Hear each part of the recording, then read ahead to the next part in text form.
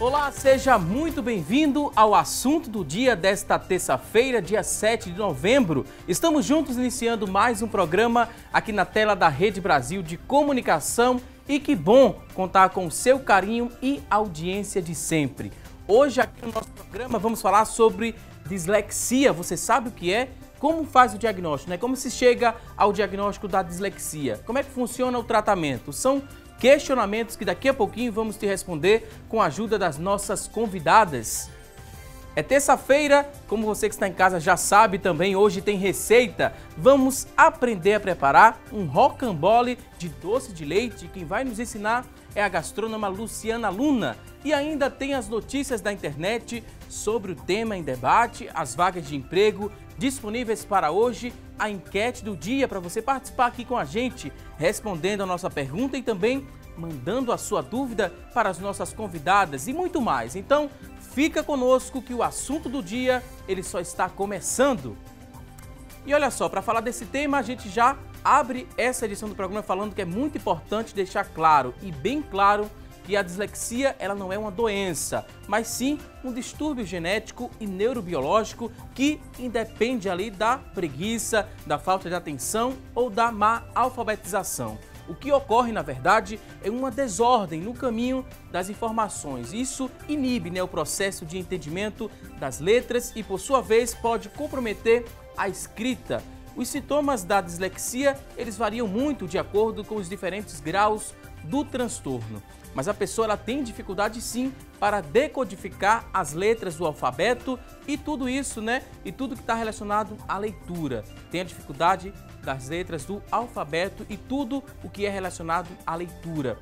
Para nos ajudar a entender mais sobre o diagnóstico, o tratamento da dislexia, para esclarecer alguns mitos a respeito deste tema, vamos conversar hoje aqui no nosso estúdio com a Jorgemima Mesquita. A Jorgemima, ela é psicopedagoga. Também vai nos ajudar e tirar todas as suas dúvidas a Anne Karenina, ela que é fonoaudióloga e especialista em audiologia clínica. Daqui a pouquinho vamos dar início ao nosso bate-papo de hoje, mas a partir deste momento vamos acompanhar uma reportagem que conta a história de Pedro, um menino de apenas 10 anos que recebeu o diagnóstico da dislexia há 2 anos. Vamos conhecer a história do Pedro. Confira! A advogada Naline Falcão é a mãe do Pedro, de 10 anos. Muito cedo ela percebeu que o filho não acompanhava o mesmo ritmo dos colegas no processo de aprendizagem. Até ela entender que se tratava de dislexia, o caminho foi longo. Desde muito cedo, já no 2º ano de escola dele, eu já comecei a notar de que ele tinha dificuldades básicas e que eu acreditava que não deveria existir. E eu comecei a questionar muito a escola, a psicóloga e as professoras, mas todas me diziam que ele estava dentro dos padrões para a idade, que era normal, que algumas crianças demoram um pouco mais do que outras para ter um desenvolvimento satisfatório, né? Mas eu continuava sempre assim, acreditando que existia algo por trás daquilo, algo mais sério. Basicamente, podemos afirmar que a dislexia é um transtorno de aprendizagem de origem neurobiológica, que dificulta o reconhecimento e a decodificação das palavras, entre outras coisas. O problema é que o tema não é tão discutido e até mesmo os profissionais de saúde que acompanhavam Pedrinho não sabiam lidar com a situação. Quando eles começaram a perceber de que realmente poderia haver algo de errado ali, eles começaram a transferir a responsabilidade muito para mim, no sentido de que talvez eu não estivesse dando atenção, talvez ele estivesse fazendo um pouco de mãe ou preguiça, porque nessa época eu estava grávida do meu 2º filho. Mas eu sabia que aquilo não condizia com a realidade da nossa família, que aquilo não era verdade. E troquei ele de escola. Na outra escola eu já cheguei chamando a atenção para isso, para essa questão, mas a psicóloga me tranquilizou, disse que iria avaliar, iria observá-lo de perto.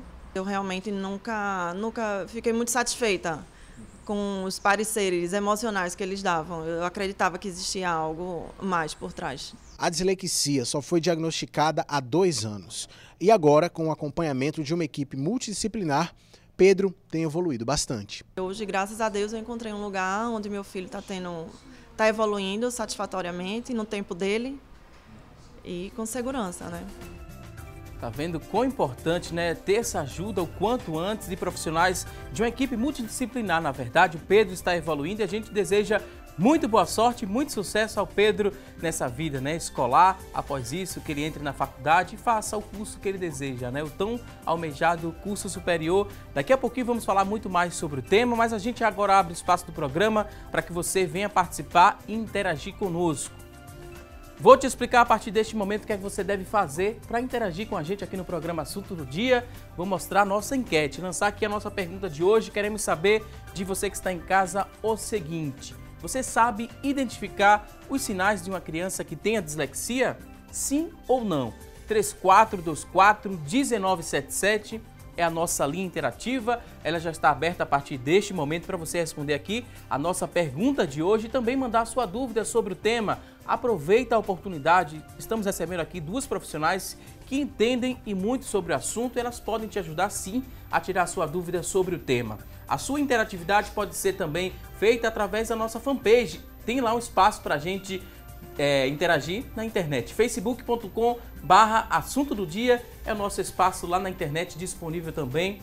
994181206 é o nosso WhatsApp. Através do WhatsApp você pode mandar quantas dúvidas você tiver, que daqui a pouquinho nossas convidadas terão o maior prazer em responder essa sua dúvida. E olha só, a gente vai deixar bem claro mais uma vez que ter dislexia não é o fim do mundo. A pessoa que tem a dislexia, ela não é deficiente, então pais e responsáveis fiquem tranquilos.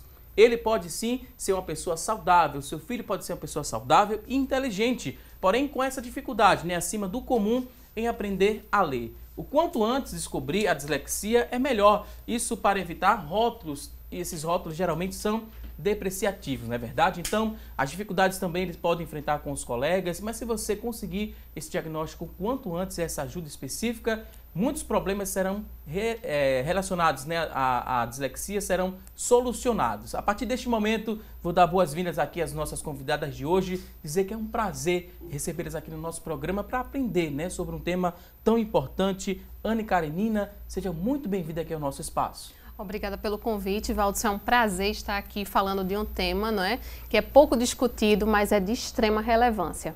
Também queria dar boas-vindas Jorgemima Mesquita, seja muito bem-vinda ao programa. Obrigada, Valdson, obrigada a todos os espectadores, obrigada, professora Ana. E vamos dialogar, sim, essa temática sobre o transtorno da leitura e escrita, dislexia. É um prazer. A gente viu, né, que o Pedrinho ele está evoluindo. Graças a Deus essa mãe conseguiu uma equipe multidisciplinar para tratar esse filho. Ele está tendo bons resultados, está evoluindo, mas ali nos limites, né? Ele está evoluindo gradativamente, né? Todo mundo tem limitações para começar a aprender, né? A aprender muita coisa na vida. A pessoa que tem dislexia, ela tem ali aquele limite. Com ajuda multidisciplinar, multiprofissional, ela pode chegar a um resultado muito satisfatório, não é, Ana? A gente deixou muito bem claro que não é uma deficiência, também não é uma doença. Que isso fique claro para quem está em casa nos acompanhando. Então, a dislexia, na realidade, ela é um transtorno neurobiológico, não é? Então, isso vai descartar, por exemplo, as dificuldades na aprendizagem, né? Às vezes a pessoa não se dá bem com o professor, por exemplo, e aí não vai bem naquela matéria de matemática ou de português. A dislexia não, é um transtorno neurobiológico. Então, a criança ou a pessoa, o indivíduo, nasce com a dislexia e vai carregar a dislexia aí pelo resto da vida. Ela não tem cura, mas ela tem tratamento. E como você mesmo disse, o Pedrinho está sendo acompanhado e por isso vai evoluir. Talvez ele não seja aquele leitor como eu, como você, que não temos o transtorno, mas ele vai conseguir aí alcançar vários degraus, chegar numa faculdade, ter uma vida normal, se bem acompanhado, sim. É muito importante também destacar, a gente mostrou na reportagem esse exemplo brilhante, né, do Pedrinho.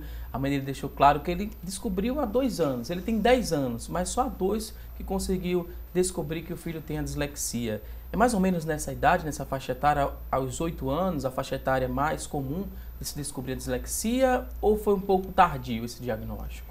Acontece sim do diagnóstico ser construído de maneira tardia, porém se identifica os sinais da dislexia em fase escolar, né? Porém, é importante ficarmos atentos que nem toda criança em processo de alfabetização, que apresenta uma simples dificuldade de aprendizagem na leitura e escrita, nós podemos diagnosticar como dislexia, né? Então, um dos sinais, de fato, por exemplo, quando a gente define dificuldade de aprendizagem, existem alguns sintomas. Às vezes a criança não aprende porque a metodologia da escola não é tão motivadora, tão inovadora, não criou um vínculo com a aprendizagem, não criou o desejo de aprender. Então, são sintomas que você pode trabalhar e esse quadro ser reelaborado. No caso da dislexia, né, esses sinais vão sendo apresentados a partir dos 7 anos de idade e até com menor idade. E como a Anne colocou, então dentro desse transtorno, né, neurobiológico, porque a dislexia é um transtorno que essa pessoa que porta esse transtorno tem prejuízo sim na leitura e na escrita. E além do prejuízo, é muito sofrimento, né? Como nós vimos o Pedrinho ali. Os pais sofrem, a criança sofre, e esse olhar dos profissionais de ficar atento, não só a questão da construção e definição do diagnóstico, mas principalmente a questão da intervenção. E aí, meu estudante, meu aluno, meu filho, apresenta o transtorno da leitura e da escrita, no caso da dislexia. O que fazer? Né? Como fazer? E a quem procurar. Esse é o maior desafio. Será que todas as escolas elas têm profissionais, né, que entendem da dislexia? Porque a gente viu, né, o depoimento da mãe do Pedrinho e ela fala que existiu ali uma transferência de responsabilidade, jogaram tudo para ela, né? São os pais que não estão prestando atenção nesse filho. Existiu essa transferência. A gente sabe que acontece isso quando não se tem uma acessibilidade do profissional, não é? Isso. Então, como o Jorge Mima estava falando, o que é que acontece? Você perguntou se com 8 anos de idade, mais ou menos, a gente consegue dar esse diagnóstico. É mais ou menos a faixa etária que a gente consegue fechar. Por quê? Eu comparo a leitura e a escrita como você pensar numa criança que começou hoje a andar. Então, a criança que ela começa a andar hoje, ela vai cair várias vezes. Uma criança que começa a aprender a ler, ela vai errar muitas vezes. Então, acontece o seguinte, que muitas vezes ali no primeiro, segundo, até o terceiro ano, a gente espera que essa leitura e essa escrita ela seja amadurecida. Então, até 8 anos de idade é como se fosse aquela espera do profissional, a espera neurológica para que a criança ela amadureça e consiga ler e escrever. Por isso que o diagnóstico ele só pode ser, não é? A gente só pode bater o martelo no diagnóstico a partir dos 8 anos de idade e não antes. Mesmo sabendo que existem sinais e sintomas desde a fase pré-escolar. Então, uma criança que tem uma dificuldade em rimar, por exemplo, que não consegue cantar, que tem uma dificuldade, às vezes, de fazer atividades motoras lá na pré-escola, ainda na educação infantil, a gente já pode ter um alerta, um atraso de linguagem, um desvio fonológico, mas o diagnóstico só aos 8 anos. E sobre o que você perguntou, muitas vezes, de fato, os pais são culpados, né, pelos profissionais, porque diz assim, é porque você não está dando atenção, é porque você não está prestando atenção na vida escolar do seu filho. E a dislexia, ela vem independente se os pais eles são letrados, se eles são presentes na vida escolar dos filhos ou não. É como a gente diz, a pessoa nasce com a dislexia. Não há nada que os pais façam ou deixem de fazer que vá mudar esse quadro na realidade. Então, é falta de informação e os pais ficam aí numa situação difícil às vezes. E essa questão do diagnóstico, né, como a gente está insistindo, porque ele precisa ser muito cauteloso, né, quando a Anne coloca, né, ainda voltando à definição.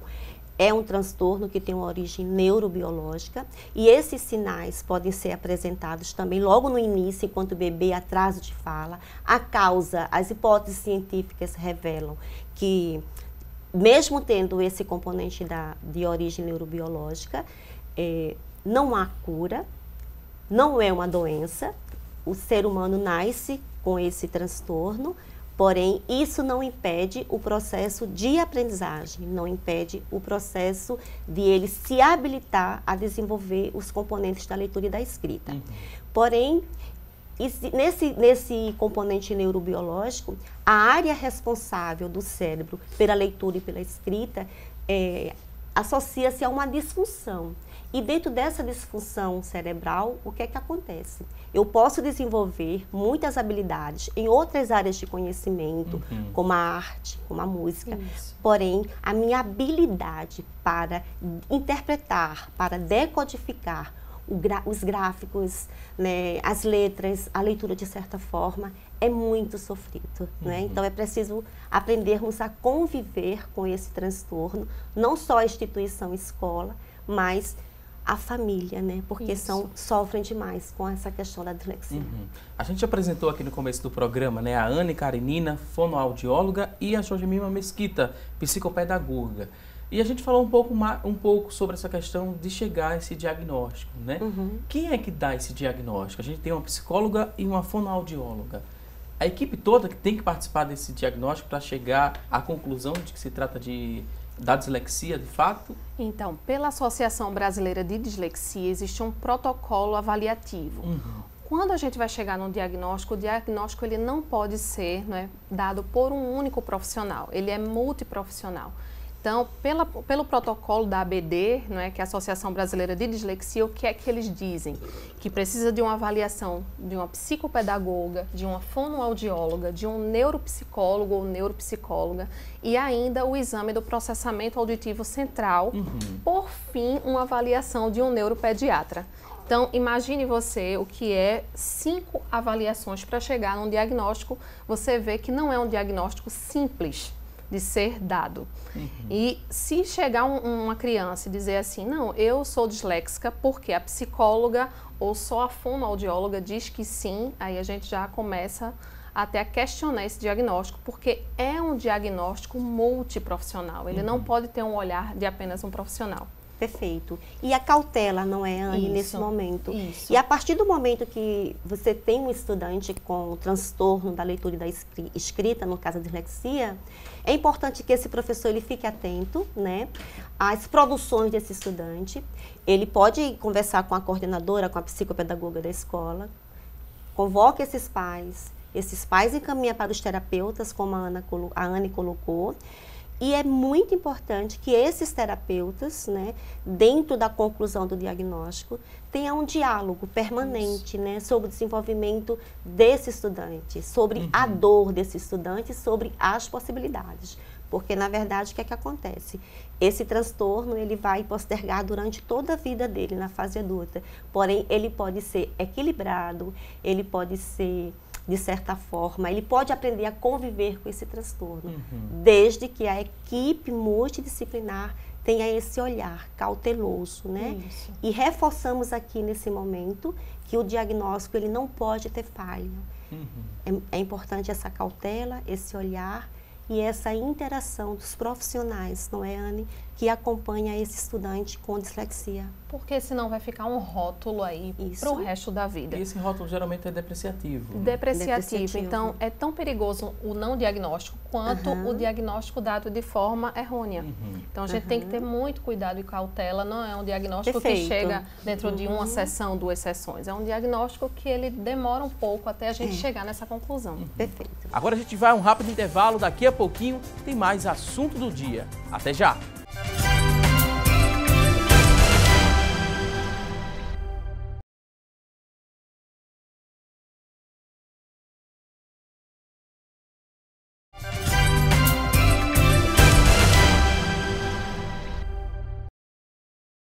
Hoje no nosso programa estamos falando sobre dislexia. Isso mesmo, e a partir deste momento vamos saber o que é notícia na internet sobre o tema em debate. E quem traz essas informações para a gente a partir de agora é a Tânia Silva. Olá, Tânia! Oi, Valdson, para você uma ótima terça. Para vocês que estão nos acompanhando, a informação de hoje está no site Correio Brasiliense. Problema nos olhos pode ser a origem da dislexia. A dislexia atinge cerca de 700 milhões de pessoas no mundo e esse número corresponde a 10% da população. Cientistas franceses descobriram uma possível causa desse problema.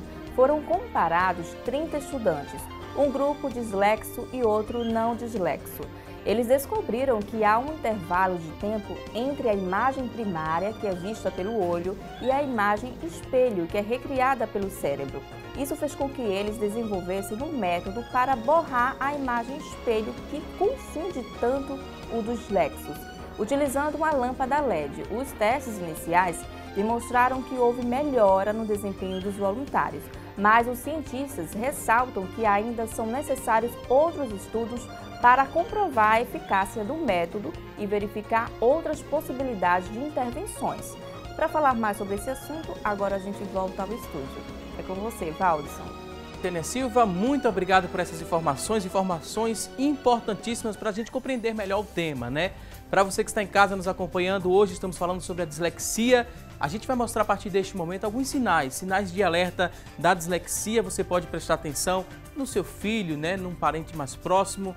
Vamos mostrar aqui alguns desses sinais e com a ajuda das convidadas vamos compreender melhor um pouco sobre o que estamos lendo, né, o que estamos lendo aqui no nosso telão.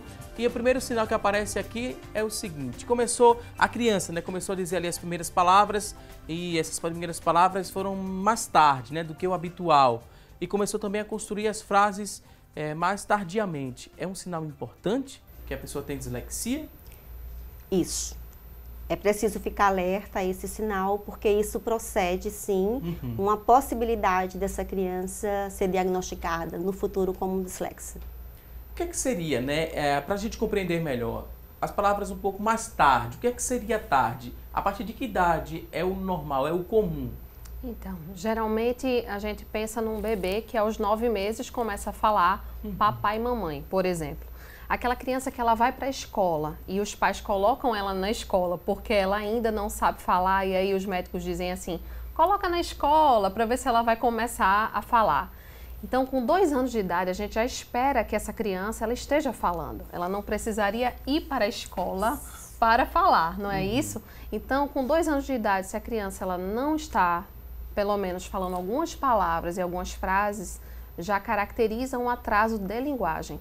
E esse atraso de linguagem, eu sempre digo que a gente tem que estar muito atento a um atraso de linguagem, porque Perfeito. Pode ser apenas um atraso de linguagem, mas pode ser aí um sinal de dislexia, de TDAH, Isso. de autismo. Então, a gente tem que estar muito assim, prestando muita atenção à linguagem infantil, porque ela diz muito pra gente. E considerando essa observação de prestar atenção nesse atraso de linguagem, oferecer, os pais, a família, oferecer momentos de musicalização, momentos de poesia. O diálogo é importante, porque vai ser nesse contexto do diálogo, no cantar música, no ler história, que eu vou observar realmente o desenvolvimento da lentidão ou da aceleração dessa linguagem verbal. Isso mesmo. E o que acontece muito hoje também, Jorgemima, é porque os pais colocam os DVDs educativos, não é? Para Isso. desenvolvimento de linguagem. Só que a linguagem é uma via de mão dupla. Então, Perfeito. ela vai e vem. Então, eu me Perfeito. comunico com você, eu paro e você se comunica comigo. E a gente sabe que o DVD, se a gente coloca lá um DVD, a criança não tem como interagir com a televisão. Perfeito. É diferente de uma conversa com um adulto. Exatamente. E aí, hoje, estudos estão falando justamente sobre isso. Do atraso de linguagem infantil atrelado justamente aos tablets, aos DVDs. Por isso que nessa cuidado com isso. educação infantil, né, a partir mesmo, chegou o bebê, essa minha obra chegou, então já vou conversando desde do ventre com ela, né? Conversando, cantando, ficar atento, né? E o que a Ana colocou em relação a essas telas virtuais, muitas vezes meu filho está chorando, muitas vezes meu filho está brincando, está chorando, quer minha atenção e eu não dou naquele momento. Então eu ofereço o quê? As telas virtuais. E nas telas virtuais não tem quem interaja comigo. Eu fico o tempo todo ali nas telas e o outro não tem essa oportunidade de conversar comigo. Ficamos atentos a essa questão do diálogo na educação infantil. Ótimas explicações. Vamos agora até um próximo sinal, né? Um outro ponto que você deve observar bastante, né? Quando a criança ela apresenta ali dificuldades em pronunciar determinados sons. Quais sons, por exemplo? É interessante, Anne, essa questão desse sinal, porque, entre outros, às vezes a criança troca, né? Cebolinha, né? Isso. Ah, tá na fase do cebolinha. Catatola, é Coca-Cola, caixa, falar, troca o C por um outro fonema, pato, é dato, né? Então, essas questões de troca de sons, de troca de fonemas, né? É natural, sim, acontecer. Porém, é bom ficarmos atentos, porque se esses sinais, se essas trocas se prolongam, aí sim, isso já é um bom sinal da gente ficar atento. E a gente só vai observar essas trocas na questão do ambiente escolar. E quem primeiro observa essa troca são os professores em sala de aula. Então, o professor ele tem um papel fundamental em observar as trocas dessas pronúncias de sons, de letras na linguagem da criança. A princípio pode ser até algo engraçado, né, Andy? Mas não pode ser levado, né? Empurrar com a barriga, como a gente fala, né? Popularmente falando. Popularmente a gente fala empurrar com a barriga é engraçado. Com o tempo ele vai começar a falar corretamente. Não. É sinal de algum problema e precisa ser solucionado o quanto antes. Exatamente. Então a gente sabe que uma criança com 4 anos de idade, ela precisa estar com todos os fonemas instalados. O último fonema que a criança consegue pronunciar é o R vibrante, que é o R de areia, barata. É um fonema difícil para a criança e geralmente é essa que Josemima falou, da troca do cebolinha, né? O R pelo L. Mas existem outras trocas, não é? F por V, D por T.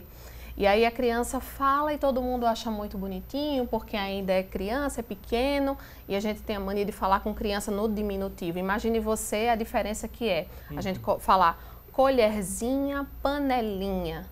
Parece tudo a mesma palavra no final, mas se a gente falar colher e panela, a gente dá uma pista auditiva para a criança diferenciada. Então, por isso que não é interessante estar falando no diminutivo. Então, essa criança que apresenta essas trocas até 3 anos e meio, 4 anos, dependendo do fonema que a gente espera para cada idade, é o que caracteriza um desvio fonológico. Então, geralmente, a conta é simples e exata. Primeiro, um atraso de linguagem, depois um desvio fonológico, por último, uma dislexia. Perfeito. É uma matemática, né? Quase que exata. Exato. E dentro desse desvio fonológico é muito comum, né, Ana? Às vezes a criança fala assim, mamãe, eu quero água, né? Ela está querendo pedir água. E aí, como nós colocamos, achamos engraçado, achamos bonito, né? Achamos bonitinho, né? Você quer água, meu filhinho? Um diminutivo. Isso. Então, é importante, né? Até perguntar o que é que você quer mesmo, né? O que foi que você pediu para a mamãe? E nesse momento fazer a intervenção dessas trocas do fonema. Então essa intervenção não precisa esperar que seja feita pelo professor na escola e pelos terapeutas. Os pais também têm grande contribuição no processo da intervenção na linguagem verbal da criança em desenvolvimento. Ótimas explicações, vamos até um próximo ponto. Outro sinal que você deve levar em consideração quando a criança ela apresenta ali dificuldades em memorizar e acompanhar também as canções infantis. Das canções a gente já falou, né? E essa dificuldade em memorizar, são coisas simples? Às vezes sim, às vezes eles demoram até a reconhecer cores, por exemplo, ou realmente reter alguma informação de aprendizagem formal. Então, olha o numeral, mas o numeral foi apresentado hoje, amanhã todos os amiguinhos vão lembrar daquela informação que foi dita anteriormente, e a criança que ela tem um transtorno de aprendizagem, ela simplesmente é como se ela não, aquela informação ela não ficasse no cérebro, ela não consegue reter. Perfeito. E aí vem a questão da memória também. E é interessante, Anne, porque assim, a aprendizagem, ela acontece através da produção da atenção, né? Então, a atenção, ela reúne o quê? A percepção, a concentração, o meu interesse. Então, se não acontecer a atenção, não vai haver a aprendizagem. E no caso das crianças que apresentam o transtorno, né, da leitura e da escrita, no caso a dislexia que nós estamos falando, eles têm sim grande dificuldade de memorizar devido ao que nós colocamos no início, porque o transtorno tem uma origem neurobiológica. Então, os circuitos neurais, eles vão estar desconectados no sentido da construção da leitura e da escrita. Então, essa questão da memorização, essa questão da atenção no processo de aprendizagem é muito sofrido, Ana, não é isso? Para a questão da criança dislexa. Interessante falar sobre isso, porque a gente sabe que o disléxico, justamente, ele não aprende por repetição. Perfeito. Por quê? Porque ele tem uma questão de memória atrelada ali. Então, geralmente, quando a gente está intervindo com a criança disléxica, a gente faz o quê? Associações.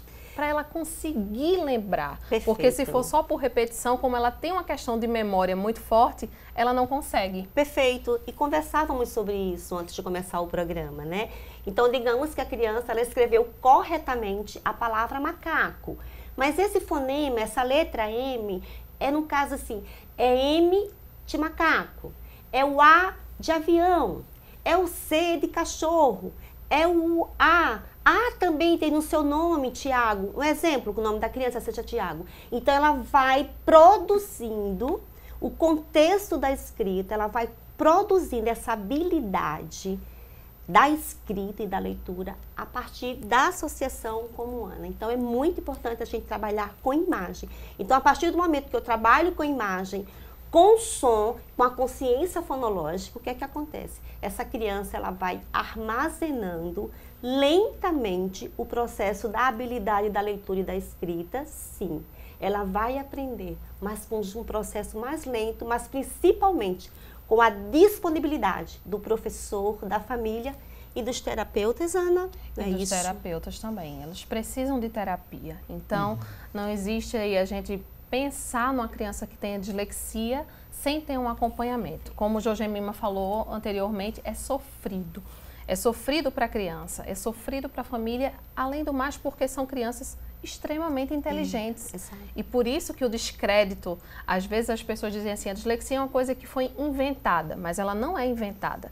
As pessoas dizem assim, não, mas meu filho, ele sabe contar história, ele é esperto, ele consegue jogar no tablet, mas por que só na hora de ler e escrever tem os entraves? Justamente porque é um transtorno neurobiológico e aquela parte do cérebro responsável pela leitura e escrita, ela é disfuncional, ou seja, ela funciona de uma forma diferente de um adulto que não tem a dislexia, por exemplo. Mais uma vez a gente reforça, né, que não é preguiça nem a má alfabetização. Não. Perfeito. Perfeito. É a dificuldade que ela tem por conta Exatamente. da dislexia. Exatamente. A gente falou também que é muito importante esse tratamento multiprofissional, né? Vários profissionais envolvidos para dar assistência a essa criança. Mas o acesso a esses profissionais é facilitado?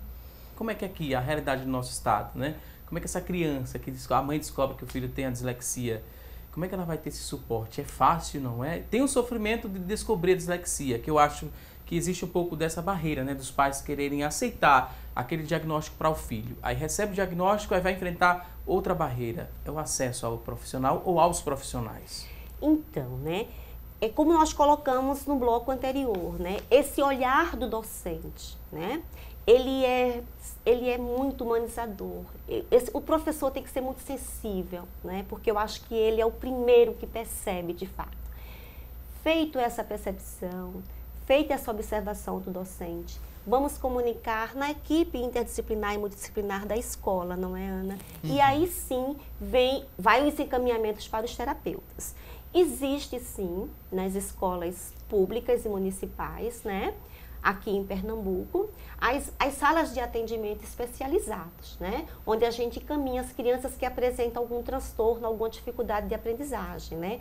Porém, alguns encaminhamentos são feitos de forma particular e outros são feitos de forma pública. Agora, é preciso, sim, construirmos mais espaços para recebermos as crianças para o atendimento, não só do transtorno da leitura e escrita, no caso da dislexia, mas outros transtornos, como o da hiperatividade, o autismo, enfim. Concorda, Ana? Concordo. Na realidade, a gente falta ainda atendimento especializado na rede pública. Às vezes, até na rede particular, são poucos profissionais que se interessam para trabalhar com os transtornos de aprendizagem, visto que muitas vezes eles são confundidos aí com as dificuldades de aprendizagem. Então, precisamos, ainda que as escolas públicas tenham aí as salas especializadas de mais serviços públicos nesse sentido. É necessário. Ok, vamos ver o que tem aqui de próxima informação. Temos aqui outra tela para mostrar para você que está em casa, te ajudar, né, com alguns sinais de alerta da dislexia. Quando a criança ela tem dificuldades em tarefas como de consciência fonológica, né? Como é que a gente compreende essa tela aqui, Anne? Sim. A consciência fonológica é a capacidade que o ser humano tem, que a criança tem, que o indivíduo tem de manipular os sons da língua. Então, a gente tem, por exemplo, a rima é um tipo de estar dentro da consciência fonológica. Quando eu sei que pão termina igual a mão, a mamão. Então, eu tenho a consciência que esse som termina da mesma forma.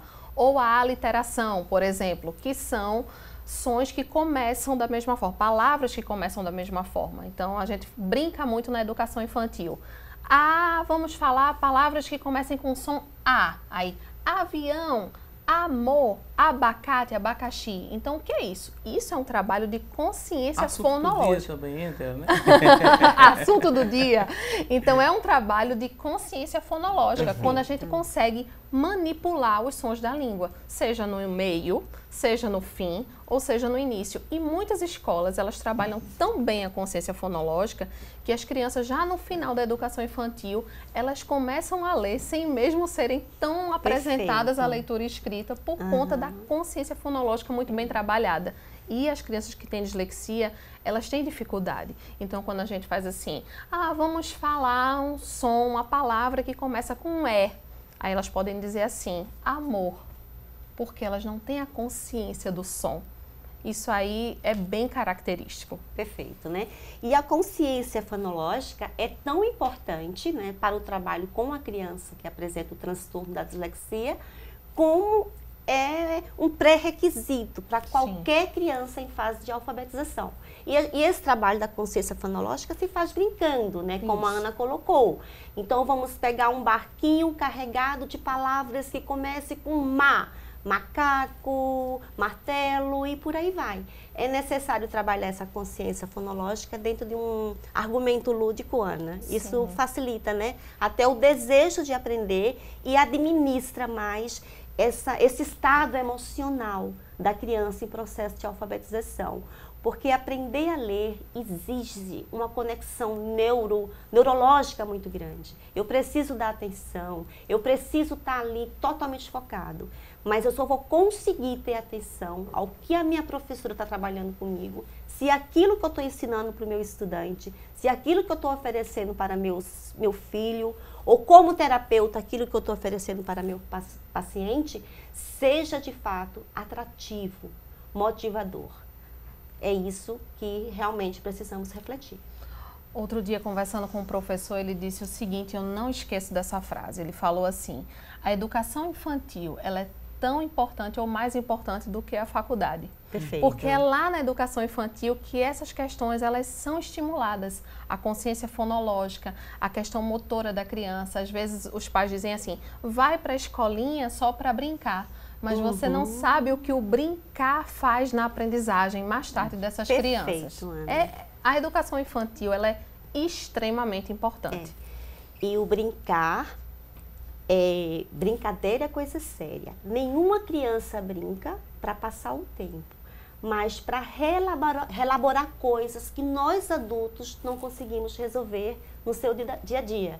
Então, quando ela brinca de boneca, ela está ali projetando a sala de aula. Quando ela brinca de escolinha, ela está projetando a relação professor-aluno. Então, é no brincar onde a criança esvazia e reestrutura toda a sua questão psíquica, emocional, cognitiva e social, Ana. Exatamente. Ok, vou pedir licença mais uma vez aqui às convidadas. A gente vai agora a um rápido intervalo. Você que está em casa, quer participar desse bate-papo, quer interagir, manda sua pergunta 994 18 1206. Acesse o nosso WhatsApp, deixa aí sua dúvida. Daqui a pouquinho vamos ler e responder ao vivo.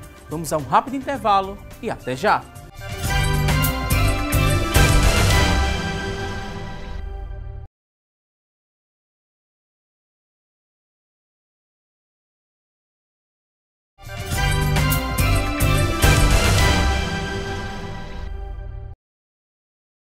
Já estamos de volta com mais assunto do dia e hoje estamos aprendendo um pouco mais sobre dislexia.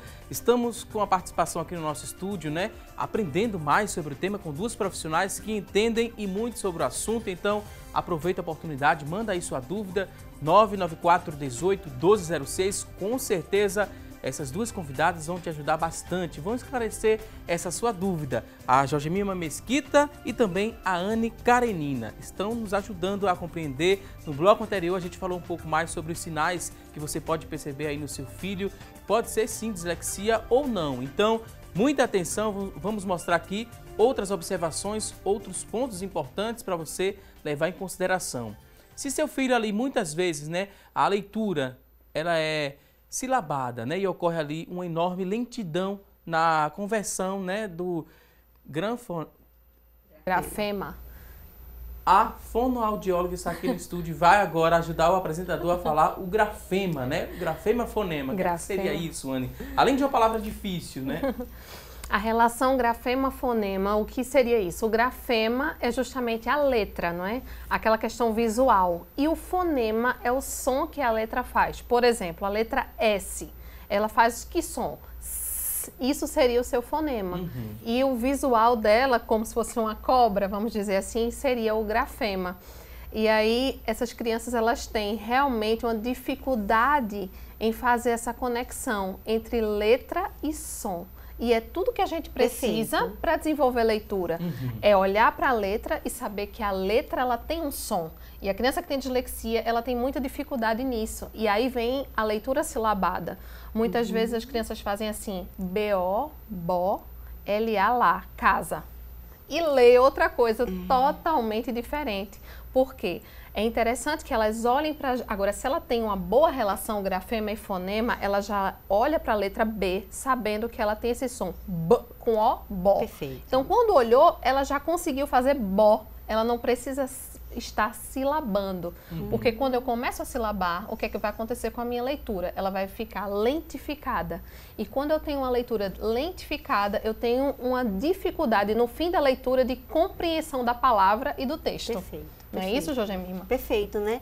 E quando você coloca essa questão grafema, fonema, a gente pode até intensificar aqui a associação, que essa criança com dislexia, ela vai construir essa leitura pela associação, né?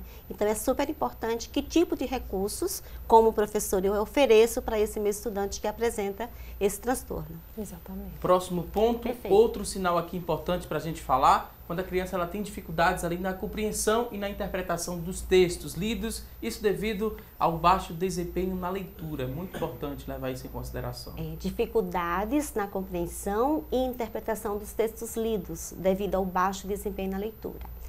Esse é um fator, assim, que a gente precisa ter muita sensibilidade, né? Como nós colocamos no início do programa, Anne, a questão do transtorno da leitura e da escrita, no caso, a dislexia, ele tem uma origem neurobiológica. Essa criança, ela vai ter muita dificuldade de se habilitar em relação aos componentes da leitura. Decodificar, interpretar é muito sofrido.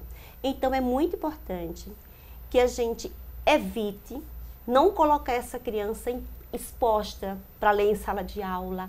Existem os momentos os eventos de ciências nas escolas, né, os eventos culturais, onde essa criança precisa apresentar algo, né? Então, não pede para ler algo que precisa apresentar, mas pede para ela verbalizar aquele conteúdo que realmente ela estudou. Vai falar sobre dinossauro, ela não precisa ler o papel, né? Porque assim, como ela tem grandes dificuldades neurobiológicas para canalizar a questão das conexões neurais em relação à área responsável pela leitura escrita, então vamos investir na verbalização. Vamos fazer trabalhos de grupos, enfim, né? Então ficamos atentos. E é importante também que essa questão da interpretação, esse estudante, ele é amparado. É preciso adequar a questão curricular, né? As provas podem ser lidas, né? Na hora que essa criança for ler um texto, né? Usa o recurso do marcador, né? Então, é muito importante a gente ficar atento aos recursos que nós oferecemos para nossos estudantes, né? Porque o sofrimento é tanto e a gente precisa amenizar essa dor, porque não vai ser curada, mas vai ser amenizada. Interessante, Josemima falou do leitor, né? Na hora da prova, por exemplo, alguém que leia para esse estudante.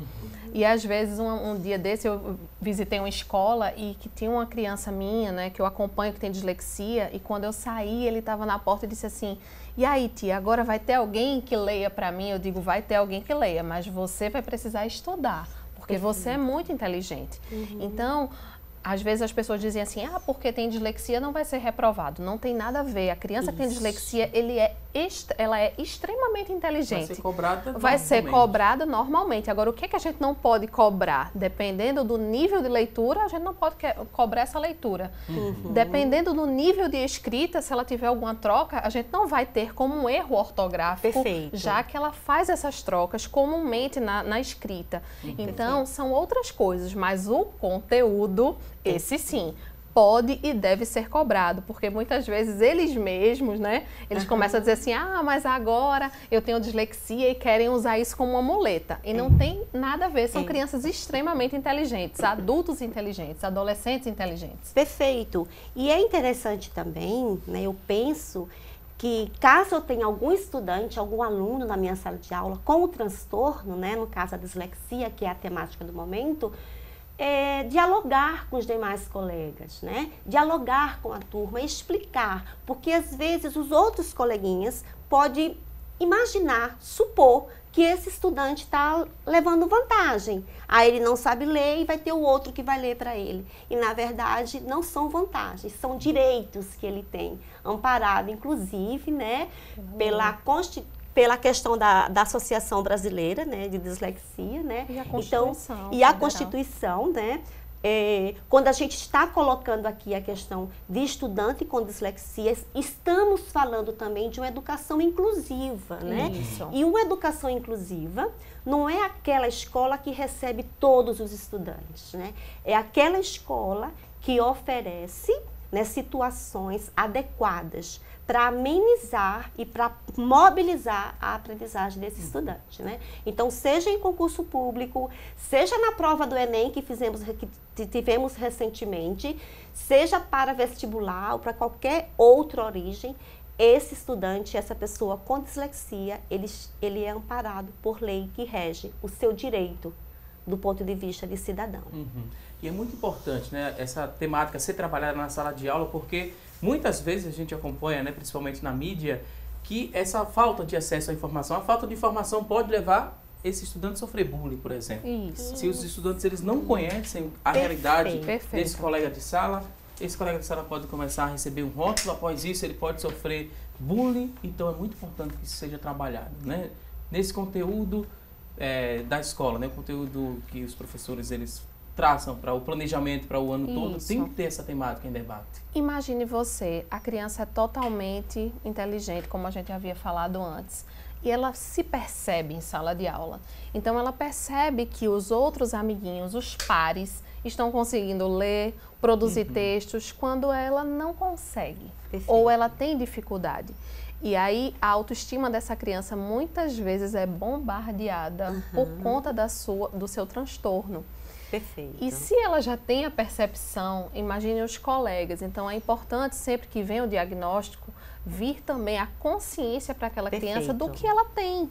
Para ela se perceber e ela entender que ela é um pouco diferente, ela não é deficiente, ela tem uma diferença. O cérebro dela funciona de uma forma diferente do colega, mas que ela é tão capaz quanto e que ela vai conseguir sim aprender, não é? Às vezes as pessoas dizem assim, será que a pessoa com dislexia ela não vai ler?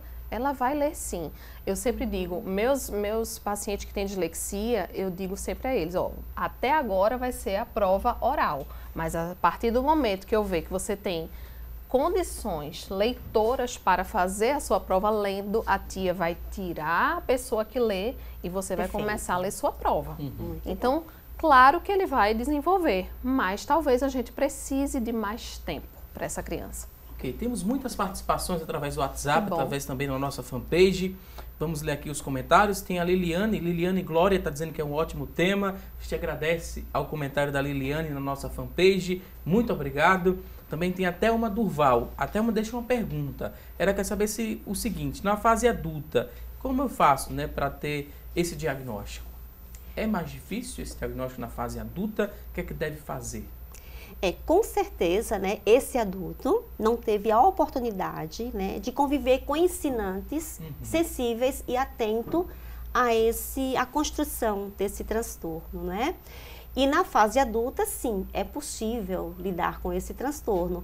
Sugerimos, né, que essa pessoa, a Thelma, que colocou? Está atualizando aqui a nossa fanpage. Pronto. Daqui a pouco eu falo o nome dela. Procure profissionais especializados, né? E tenta reelaborar isso, porque aquilo que não foi reelaborado na infância, não foi reelaborado na adolescência, se você identifica as suas dificuldades, com certeza é possível reestruturar e reelaborar na fase adulta também. Agora é necessário procurar uma equipe especializada. Ok, enquanto carrega aqui a nossa fanpage com outras participações, a gente vai seguir aqui para o nosso WhatsApp. Vamos ver de quem é a próxima pergunta. O nome da pessoa é Albertina, tem 64 anos. Ela diz o seguinte: na minha época de criança não havia diagnóstico para dislexia. Ela diz que conviveu com esse sofrimento até os 60 anos de idade, quando uma psicopedagoga me alertou e falou sobre a dislexia. Gostaria de ouvir, um comentário das especialistas. Hoje, ela tem a consciência, sim, da dislexia e amenizou um pouco mais o sofrimento que ela teve durante mais de 60 anos, né? Tem 64 anos, conviveu só recebeu o diagnóstico com 60 anos de idade. A gente lembra que você quer participar, mande perguntas, textos. Chamada de voz a gente não pode atender aqui ao vivo, infelizmente. Então, elabora aí sua pergunta, escreve, manda pra gente que a gente vai ler com toda certeza. A gente passa essa pergunta agora da Albertina, 64 anos e recebeu o diagnóstico aos 60 anos de idade. Veja só, né? Como eu acho que foi a Thelma falou também, aquele diagnóstico que vem tardiamente e a pessoa passa uma vida sem se perceber. E é bom a gente falar também que a dislexia ele é um transtorno herdável. Perfeito. Então, como é neurobiológico, né? O que acontece? Às vezes a criança herda isso dos pais, né? Aí aquele pai que, mas eu era assim. Perfeito, se o senhor era assim, então a sua criança é assim, provavelmente porque teve essa herança aí genética. E aí a gente vê adultos que chegam na faculdade. Outro dia atendi uma senhora, até uma amiga minha, atendendo essa senhora que descobriu a dislexia porque a professora, ela fazendo psicologia, e a professora disse, olha, procure porque eu acredito que você tem realmente dificuldades de leitura e escrita, e foi quando fechou o diagnóstico de dislexia. Infelizmente chega de forma tardia. Perfeito. Outra participação, a pessoa não quis se identificar, mas disse que tem uma criança assim, ela tem bastante dificuldade na escola, ela está no 2º ano. Então, já que ela nota, né, ela percebe essa dificuldade, procura conversar com o professor, depois se tiver ajuda de um psicopedagogo também, né? Isso. É importante, né? Se essa criança está no 2º ano, deve estar com 7 anos, né? Então, é preciso investigar se essa dificuldade de aprender, observarmos se os sintomas não estão relacionados à falta de motivação, à metodologia da escola, enfim. Caso os sintomas não sejam esses, se até os 8, 9 anos isso realmente continuar a aparecer, não é isso, Anne? Isso. É necessário procurar especialista e diagnosticar se realmente essa criança apresenta o transtorno de leitura e de escrita, no caso com prejuízo na leitura, como estamos falando, a dislexia. Ok, vou pedir licença mais uma vez aqui às nossas convidadas, porque eu tenho uma ótima notícia para você que está em casa, uma grande novidade para o povo evangélico. É a inauguração da Lady Eva, nova loja da Lady Eva Moda Evangélica no Shopping Guararapes. Isso mesmo, que ótima notícia, não é verdade? Lá você também encontra roupas exclusivas. Tem ternos a partir de R$ 199,00 e vestidos sociais a partir de R$ 89,00. A Lady Eva, ela entende como o povo se veste, né? Como você que está em casa se veste. Então, por isso, ela é especialista em moda evangélica. As roupas que eu uso aqui no programa, né, no assunto do dia, são de lá, da Lady Eva Moda Evangélica. O preço, vou te dizer, é muito bom e a qualidade você só encontra lá na Lady Eva. Preço e qualidade só na Lady Eva. Acompanhe! Atenção, povo evangélico! A Lady Eva acaba de inaugurar uma linda loja no Shopping Guararapes. É muito mais que uma notícia ótima. É um grande acontecimento. Visite a Lady Eva e tenha certeza que você encontrará a roupa do seu gosto, do seu jeito. É muita coisa boa, bonita e barata. Ternos a partir de R$ 199,00. Vestidos de festa a partir de R$ 89,00. Venha conhecer a Lady Eva Shopping Guararapes. Você vai se impressionar. Você vai se apaixonar. A Lady Eva Moda Evangélica chegando. São 3 lojas ao seu dispor. Shopping Guararapes, Costa Dourada e em Boa Viagem a 200 metros da pracinha. Fones 3096-0099. Pois bem, Lady Eva chegou chegando e tem também loja da Lady Eva em Boa Viagem, ali próximo à pracinha, e também no shopping Costa Dourada, no Cabo de Santo Agostinho. Agora tem essa novidade, né? Lady Eva no shopping Guararapes. Lady Eva Moda Evangélica, você pode ligar para obter outras informações no 3096-0099, 3096-0099. A gente agora vai a um rápido intervalo, mas antes... tem receita do dia no próximo bloco do programa e tem um recado da Luciana Luna. Luciana, o que é que tem de receita no próximo bloco aqui do Assunto do Dia? Olá! Oi, Valdson. Daqui a pouco eu vou ensinar para vocês como fazer um rocambole com um recheio bem especial. Não saiam daí, é já já!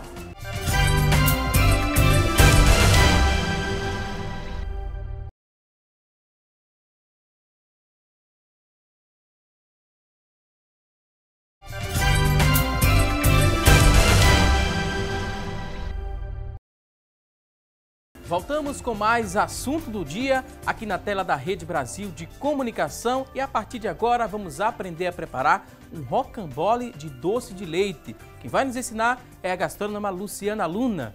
Bom apetite!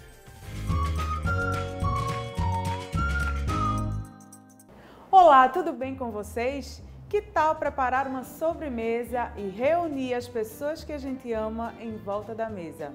Hoje eu vou ensinar para vocês um rocambole com um recheio bem especial. Eu vou utilizar o doce de leite que super combina com esse tipo de bolo. Rocambole de doce de leite é a nossa receita de hoje. Então pegue papel e caneta e anote os ingredientes bem direitinho.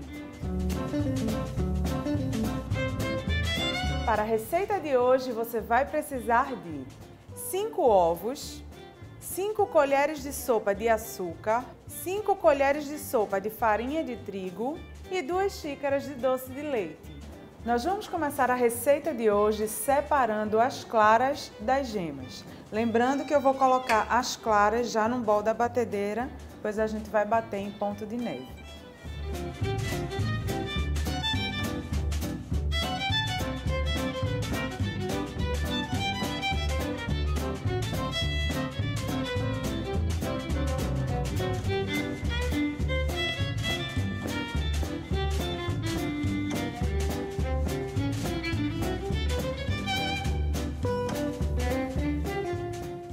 Após atingir o ponto de neve, nós vamos acrescentar o açúcar.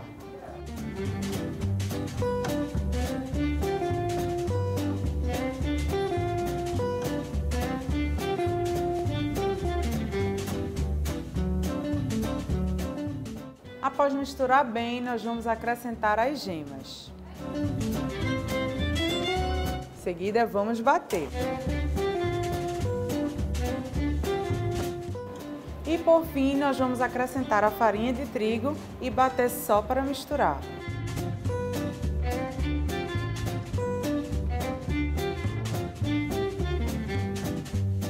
A massa já está pronta, agora nós vamos colocá-la na forma. Aqui nós temos uma forma untada com margarina e eu cobri com papel manteiga. Então nós vamos despejar a massa aqui.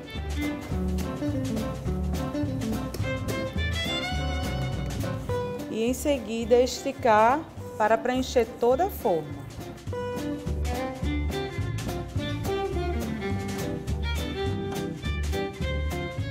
Após preencher toda a forma, nós vamos levar ao forno a 180 graus por aproximadamente 15 minutos.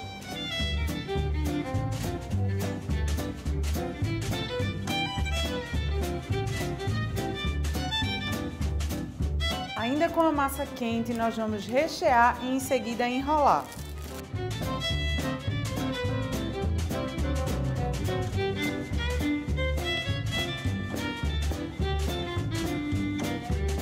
Após colocar o rocambole num prato, eu também vou decorar com doce de leite.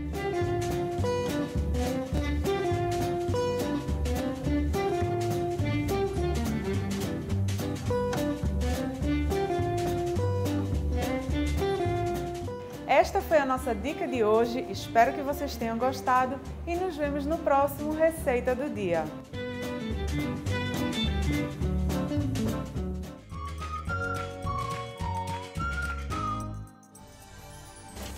gostamos e gostamos bastante aí dessa receita. Luciana Luna, mais uma vez, muito obrigado por mais uma dica aqui no quadro Receita do Dia. Você que está em casa, perdeu algum detalhe da receita? Não se preocupe, assim que terminar esta edição do programa, vamos disponibilizar essa receita na íntegra. Basta você acessar a nossa fanpage, facebook.com/assunto do dia, e lá você vai encontrar o vídeo com a receita completinha, facebook.com/assunto do dia. E por falar em coisa boa, vamos dar sequência aqui falando mais de coisa boa, vamos conferir a partir deste momento as vagas de emprego disponíveis para hoje. Muita atenção e boa sorte!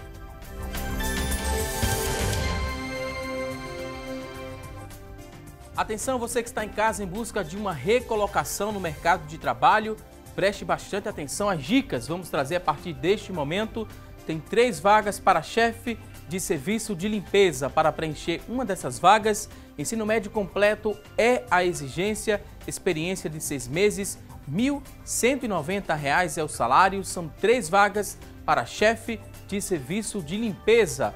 Vamos conferir juntos mais oportunidades de trabalho. Agora tem 3 vagas para mecânico de refrigeração. Ensino médio completo é a exigência, 6 meses de experiência e o salário é de R$ 2.100. R$ 2.100 é o salário, são 3 vagas para mecânico de refrigeração. Vamos a mais oportunidades. Agora tem 4 vagas para motorista de caminhão. Escolaridade não exigida, a experiência é de 6 meses a exigência, o salário é de R$ 937.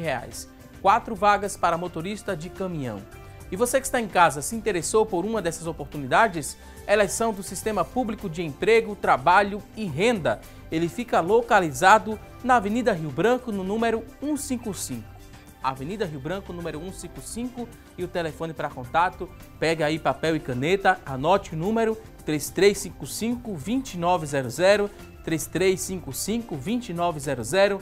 A você que está em casa em busca dessa recolocação no mercado de trabalho, muito, mas muito boa sorte. E agora a gente segue aqui com o nosso programa. Hoje estamos aprendendo um pouco mais sobre dislexia. É o tema desta edição do programa. Você que ligou, mandou sua pergunta, muita atenção, vamos responder a partir deste momento. Temos aqui várias participações, então vamos à primeira aqui do nosso WhatsApp. Com a ajuda das convidadas, vamos repassar aqui a dúvida e elas vão responder. Luciana, ela diz que mora em Olinda. Ela diz que tem uma aluna de 7 anos, ela percebe que ela tem muita dificuldade na leitura e também na interpretação. Interpretar as palavras simples e pequenos textos. Textos, às vezes, ela disse muitas vezes fáceis, né, de compreensão. Será que são sintomas da dislexia? Como é que eu devo proceder com essa criança? É a dúvida da Luciana de Olinda. Ela pode sim encaminhar essa criança para uma avaliação, principalmente se essa escola ela tem um serviço que tem a psicopedagoga, fonoaudióloga na escola. Então, na própria escola já pode fazer uma triagem para entender essas questões aí, sabendo que o diagnóstico ele só chega após os 8 anos de idade. Mas se ela percebe que a leitura está mais lenta, existem trocas na escrita, é um sinal sim de alerta para dislexia. Outra participação, uma dúvida parecida, né? Agora da Cristiane Oliveira, de Tegipió. Ela diz que tem uma filha de 12 anos, ela percebe que a filha tem muita dificuldade de leitura, também dificuldade na escrita e até mesmo na interpretação. Como saber se é dislexia ou preguiça de estudar? Acho que é algo que vocês escutam muito, né? Esse preguiça de estudar. Perfeito, né? Essa pergunta, porque é importante nós pararmos e refletirmos. O que faltou a essa criança lá na educação infantil, no processo da alfabetização, né? Faltou o vínculo com o conhecimento, o desejo de aprender. Os ensinantes, de fato, possibilitaram uma proposta pedagógica prazerosa, né? Então é importante ver, porque se essa dificuldade vier acompanhada desde a educação infantil, então teremos um olhar mais profundo em relação a isso. Agora, se essa dificuldade está associada a uma questão metodológica, uma preguiça, uma indisponibilidade para aprender, é bom reelaborar essa questão com a construção do conhecimento. Ok. Através da linha interativa, a Josiane de Maranguape 2, ela ligou para a gente e deixou a seguinte pergunta. Ela disse que tem 2 sobrinhos da mesma idade, né? Com 1 ano e 8 meses, um fala tudo, né? Fala de tudo e o outro não consegue falar nada. O meu sobrinho que não fala nada, ele pode ter dislexia? A gente volta aqui à pergunta, vamos ler mais uma vez para ficar bem claro, né? Tem 2 sobrinhos da mesma idade, com 1 ano e 8 meses. Um fala tudo e o outro não consegue falar nada. O meu sobrinho que não fala nada, ele pode ter dislexia? É difícil dizer agora. A gente falou que o atraso de linguagem é um sinal e um sintoma, mas a gente não pode dizer com 1 ano e 8 meses que uma criança ela tem dislexia. A gente tem que esperar a idade aí da leitura, da escrita, passar pelas fases, né, de alfabetização. Eu sempre digo, um atraso de linguagem, ele pode ser autismo, pode ser TDAH, pode ser dislexia ou pode ser apenas o atraso de linguagem clássico. Essa mãe ela pode fazer alguma coisa, desculpa interromper, claro, ela pode fazer alguma coisa em casa para estimular essa fala desse que não consegue, né, pronunciar ainda muitas palavras? O que a Anne colocou, né, toda a questão pode estar associada a alguns transtornos, pode ser sim um sinal, né, do transtorno da dislexia, porém é muito jovem isso, né, Ana? Então o que eu acho que a família pode fazer nesse momento é estimular, é oferecer diálogos, é cantar, é ler história. Eu acho que isso vai possibilitar bastante o desenvolvimento da linguagem verbal e essa interação família, criança, nesse sentido. Próxima dúvida é da Mônica, ela que é de Camaragibe, ela diz o seguinte: minha filha tem 9 anos e ainda está no 2º ano do ensino fundamental, porque tem dificuldades na leitura. A diretora quer fazer uma prova, né? Quer fazer uma prova com a possibilidade de pular ela de série. É uma boa opção? Ela pode ter dislexia? Tem que ser avaliada a leitura e a escrita. Se ela consegue absorver o conteúdo da série escolar em que ela está inserida, tirando a leitura escrita, claro que tem possibilidade dessa criança avançar o nível, sim, da série escolar. Porque, mais uma vez, a gente diz, ela não pode ser avaliada só pela leitura escrita, uma vez que ela pode ser disléxica. Exato. Teria que passar por uma avaliação multiprofissional para fechar o diagnóstico. Outra participação através da do WhatsApp, Israeli do Cabo, mais uma vez um adulto com essa preocupação, né? Como saber se um adulto tem ou não a dislexia? Nós colocamos isso, dialogamos esse ponto, né, em bloco anterior, né? É necessário, sim, procurar uma equipe especializada e contar para essa equipe especializada o teu histórico da infância. É importante que pessoas da família desse adulto acompanhem esse adulto aos especialistas, porque a gente precisa saber o histórico vital dessa criança, desse adulto, desde a gestação dessa mãe, né, até as experiências escolares, sociais e emocionais no momento atual. Tem aqui a participação da Daniela, que é de Guabiraba. A Daniela diz o seguinte: é normal a criança escrever às vezes de trás para frente? Minha filha tem 5 anos e copia qualquer coisa, né, mas às vezes ela confunde ao fazer o seu nome sem olhar. O esposo dela, ela diz que o esposo tem dislexia e ela sempre faz, né, questão de ensinar a filha dando referência a algum animal, a algum objeto. Daniela da Guabiraba, é normal essa criança escrever de trás para frente? Com 5 anos ela ainda está imatura, então é aceitável, não é? Se esse padrão de escrita ele permanecer aí com 7 anos de idade, 8 anos de idade, a gente começa a se preocupar. Porém, como ela tem um pai que tem dislexia, então a gente já tem que abrir os olhos, porque, mais uma vez, é um transtorno herdável, assim como o TDAH, por exemplo. Então, a gente tem que olhar para essa criança de uma forma diferenciada. Perfeito. E observar também essa memória visual, né? Isso, né? Esse contexto visual. E se essa filha realmente vem apresentando esse tipo de... essa condição, né? Digamos, em outros momentos a gente falava de espelhamento. Isso. Mas na educação infantil não existe isso, né? Isso. Então é importante fazer a intervenção. Se ela fez o F de um lado contrário, fez o A de cabeça para baixo, então vamos trabalhar assim atividades psicomotoras, motoras, uma linguagem corporal à disposição dessa cognição, dessa habilidade cognitiva. Agora tem a participação da Juliana, ela diz que tem um filho de 8 anos, o Lázaro, né? Ele está no 2º ano e ainda ele não sabe ler, mas se a pessoa lê para ele, ele responde, só não sabe escrever e tem essa dificuldade na leitura, né? E ela diz que nota também que ele tem a dificuldade de interpretação. O pouco que ele lê, ele tem essa dificuldade. Gostaria de saber se tem algum lugar aqui em Pernambuco que faça esse tipo de avaliação e se caso for detectado, né, existe o tratamento de forma gratuita?